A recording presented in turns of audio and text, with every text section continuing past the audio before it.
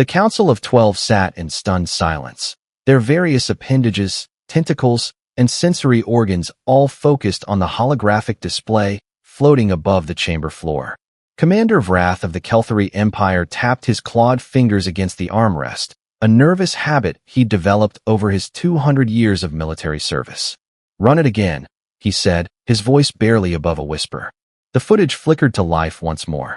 Planet Earth, that insignificant blue marble in the unfashionable end of the galaxy, erupting like a nest of enraged hornets. Vrath watched as human ships, designs he'd never seen before, tore through the Kelthari Sixth Fleet like paper. 3 billion, Ambassador Quillneck said from across the chamber, her 3 eyes blinking in sequence. "We killed 3 billion of them, and they thanked us." Vrath would have laughed if the situation wasn't so absolutely terrifying. The transmission from Earth's remaining leadership had been brief, almost cordial. "Thank you for removing our restraints," the human called Marcus Trent had said, smiling that peculiar way humans did when they were about to do something monumentally stupid or brilliant. "We've been waiting for an excuse. The war had started simply enough. Earth had resources, the Kelthari wanted them, and humans seemed pathetically weak. Their ships were slow, their weapons outdated, their military doctrine laughably defensive. Vrath had personally overseen the bombardment of their major population centers. New York, Tokyo, Mumbai, Lagos, all reduced to radioactive craters within the first week. He'd expected surrender. He'd gotten something else entirely. "Sir," Lieutenant Kress approached, his scales pale with fear. "We've lost contact with the occupation force on Mars." "Lost contact?" Vrath stood, his bulk making the movement ponderous. "Define lost." "Gone, sir. All of them. 17,000 soldiers, just gone." The last transmission was screaming, and something about shadows moving in the tunnels. Quillnex made a sound like water gurgling down a drain, her species equivalent of nervous laughter. "Perhaps we should reconsider our strategy?" "Reconsider?" Vrath's voice rose. "We've committed 4 battle groups to this system. The Emperor himself authorized this campaign. We don't reconsider, we conquer." The hologram shifted, showing new footage from their reconnaissance drones. A human facility, previously unknown, buried deep beneath the Antarctic ice. The structures emerging from it defied conventional physics. All sharp angles and impossible geometries that hurt to look at too long. "What are we looking at?" someone asked. According to our xenobiologists, Kress consulted his datapad, his hands shaking slightly. "Those are ships.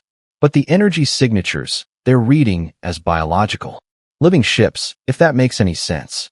It didn't make sense. Nothing about humanity made sense anymore. Vrath had studied their history, their endless cycles of warfare and peace, their tendency towards self-destruction. He'd calculated that removing a significant portion of their population would break their will to fight. Instead, it seemed to have done the opposite. "There's more, sir," Kress continued, and Vrath really wished the young lieutenant would stop talking. "We've intercepted communications from Earth. They're not using standard encryption anymore. They're broadcasting in the open, and the translations are disturbing." "Show me." The message played, a human voice speaking in flat, emotionless tones. "Project Pandora is active. Project Cerberus is active. Project Ragnarok is active. All safeguards removed. All ethical constraints nullified. Classification level no longer applicable. The monsters are awake." Vrath felt something he hadn't experienced in decades. Fear. Real, primal fear. "What projects? What are they talking about?"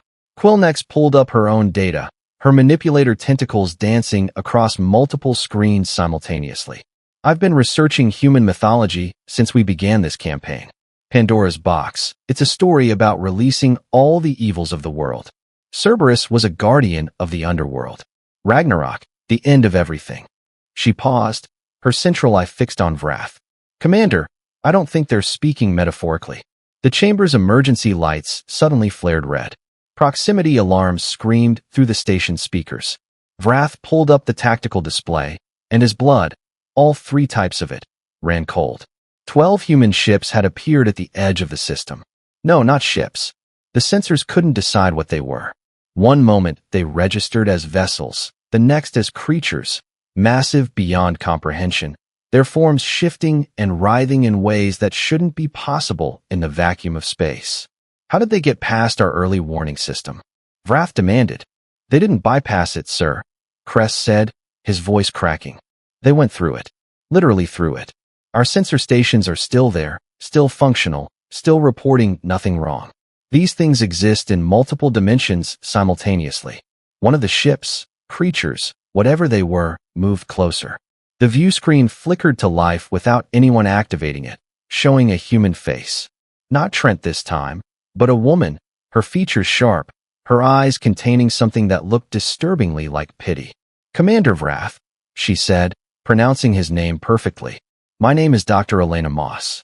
I want you to understand something. Those 3 billion people you killed, they weren't soldiers. They were the ones who kept us civilized.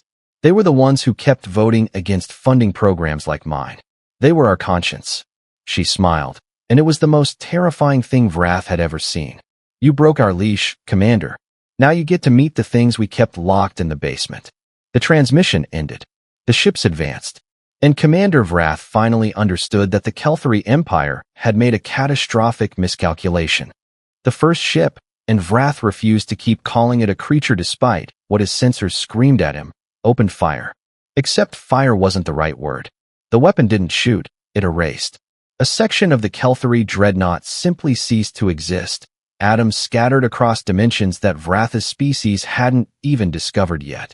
Return fire, he shouted, but his weapons officer just stared at the controls, all 4 of his eyes wide with shock.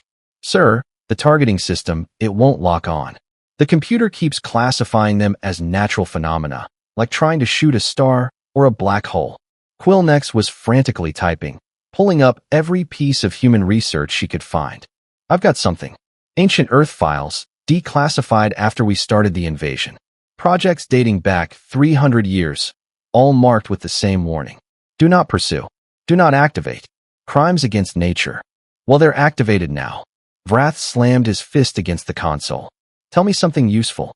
Project Pandora, Quillnex read aloud, her voice shaking. Weaponized dimensional rifts using human test subjects as anchors. 98% fatality rate during testing. Project was abandoned after the subjects who survived began exhibiting reality-altering abilities and aggressive psychotic breaks. The second human ship moved past the station's shields like they weren't even there. Vrath watched in horror as sections of his station began transforming, metal flowing like water, corridors twisting into impossible shapes. He could hear screaming over the comm channels as his crew members found themselves in spaces that shouldn't exist. Project Cerberus, Quillnex continued reading, her voice rising in pitch. Biological warfare using engineered viral consciousness. The virus doesn't infect bodies, it infects minds, turning hostile forces into extensions of a hive intelligence loyal to Earth. Banned by the Geneva Convention's Mark 7, subsection 42. Penalty for activation is immediate execution of all research staff. They executed their own people for building these things. Lieutenant Kress asked. No. Quillnex looked up from her screen, her face somehow even paler. They executed them for wanting to use them. The projects continued in secret anyway. A human voice crackled over the emergency channel. Not Dr. Moss this time, but someone else, someone whose voice carried harmonics that made Vrath's skull ache. Kelthari vessel, this is Pandora 7 speaking on behalf of the collective. We offer you one chance. Withdraw from this system immediately, abandon all claims to human territory, and broadcast your surrender across all frequencies. You have 60 seconds. Vrath's pride, his duty to the Empire, his 2 centuries of service, all of it screamed at him to refuse. But he was looking at the tactical display, watching as his battle groups simply vanished from sensors. For 1,000 ships, gone in minutes. This is impossible, he muttered. No species develops weapons like this. The Galactic Accords, the laws of warfare, the basic principles of civilization. Quillnex laughed, that horrible gurgling sound again. Commander, have you not been paying attention to human history? They've been breaking every rule of civilization since they discovered fire. They invented the concept of mutually assured destruction and then lived under it for centuries. They built weapons capable of destroying their own planet dozens of times over, and the only thing that stopped them from using those weapons was themselves. The countdown reached 30 seconds. Vrath thought about the Emperor, about the glory of the Kelthari people, about his duty and honor. Then he thought about his daughter, just finishing her academy training on the homeworld. He thought about his wife, tending their estate garden. He thought about the 3 billion humans who had died, and the ones who remained. "Open a channel," he said quietly. "Full spectrum broadcast." "Sir." Crest looked at him in disbelief. "Do it now." The channel opened. Vrath took a deep breath, tasting defeat for the first time in his long life. "This is Commander Vrath of the Kelthari Empire, to all forces in this system. Ceasefire. Withdraw immediately. I am declaring unconditional surrender to the human forces. Effective immediately, the Kelthari Empire abandons all territorial claims within the Sol system and surrounding sectors." We yield. The silence that followed felt like it lasted forever.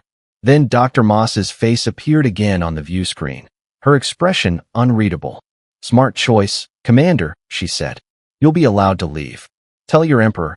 Tell the entire galaxy what you saw here today. Tell them what happens when you push humanity too far. Tell them about the monsters they woke up." The human ships began to pull back, their impossible forms shifting and flickering. But before the transmission ended, Moss leaned closer to the camera. "Oh, and Commander, one more thing. Those 3 billion people? We're going to remember every single one of them. Their names, their faces, their dreams. And we're going to make sure the galaxy never forgets what it costs to make humanity remove its own chains. You wanted Earth's resources?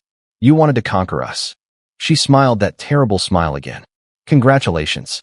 You just united 7 billion survivors under a single purpose. Sleep well." The transmission cut. Vrath sat in his command chair, watching his fleet limp away from Earth, and wondered if the Kelthari Empire would survive what was coming. They'd wanted to break humanity, to add another conquered world to their collection. Instead, they'd done something far worse. They'd given humanity a reason to stop being civilized and permission to show the universe what monsters looked like when they wore human faces. The war was over. Humanity had won, and Vrath suspected that was the worst possible outcome for everyone involved, including the humans themselves. If this story entertained or taught you something, please like and subscribe to our channel. It really helps us grow and bring you more stories like this. Thanks for watching, and see you in the next story.